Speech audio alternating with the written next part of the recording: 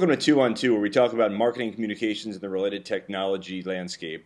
I'm Aaron Perlett from Elasticity.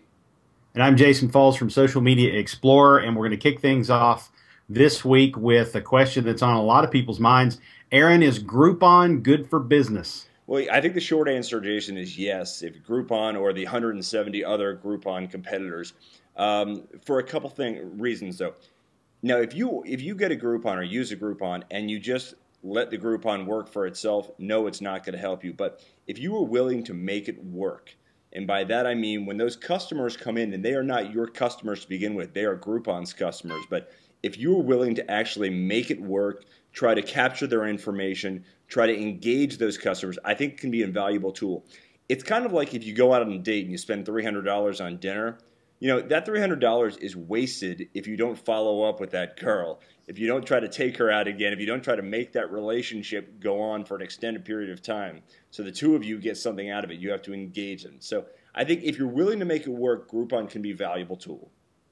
Well, I would agree with your point, and I would say that most people aren't willing to make it work. They're looking for an easy buck, and that's why I think in general Groupon that category of deal making things that you can sign up for each week, I don't think they're very good for business in the long run. More specifically, I think Groupon itself is not good for business because there are some competitors like Try It Local, which, full disclosure, the guy who runs it's a friend of mine, but they offer a 70% payout to the companies that buy them through them, whereas Groupon is like less than 50% of a payout. So Groupon specifically, I think, has some problems there. But I also think in general, those deal-making sort of coupon companies have some long-term problems. Number one, you even intimated that they're mostly purchased by people who aren't going to be repeat customers. They're coming there looking for the deal, and that's all they're there for. That's all they're interested in, so they're in and out.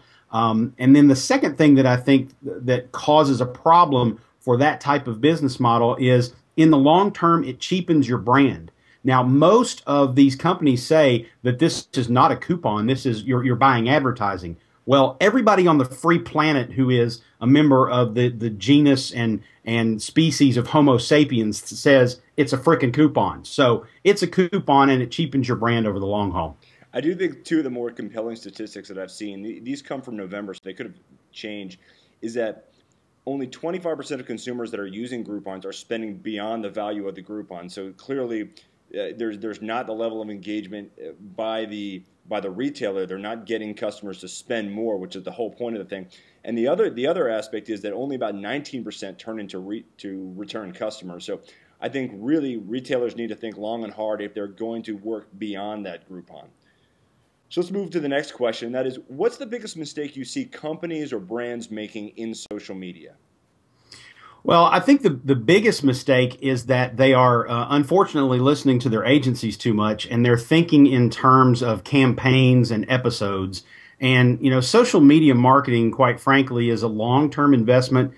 It is building relationships with customers over time. And when you listen to the ad agency types and the PR firm types out there, they think in terms of quarters and episodes and campaigns, and they don't think in terms of that long haul relationship.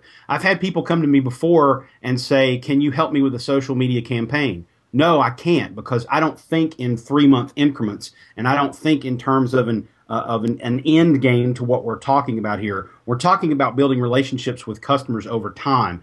Social media, and this is kind of becoming cliche to say, but social media marketing is like answering the telephone. I'm not going to come in and build you a 3-month strategy on how to answer your telephone in a certain way to engage with your customers and then tell you to start hanging up on them at the end of that 3 months. And so that's the biggest mistake I see businesses making in social media marketing. I've seen a couple that I really struggle with. I think the first is the obsession with the fans or the likes. I mean, it really doesn't matter how many fans you've got. Just because you've got 1 million fans, if none of those fans are taking action and they're engaging with you, then it's essentially worthless. You really need to have a group of committed fans and find a way to engage those.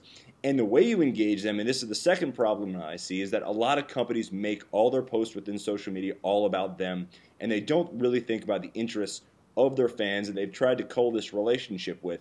And lastly, one of the challenges is the companies that try to turn their social media platform into a virtual couponing machine. I mean, engage them, try to find out about them, learn about them. develop a relationship with them, but don't try to turn it into some virtual couponing machine. And as a tribute to Aaron's point of view, if 250 people like this video on Facebook, we'll make him shave for the next episode. And we'll give them a Groupon for half-off services at both of our agencies. Speak for yourself. I'm Jason Falls with Social Media Explorer.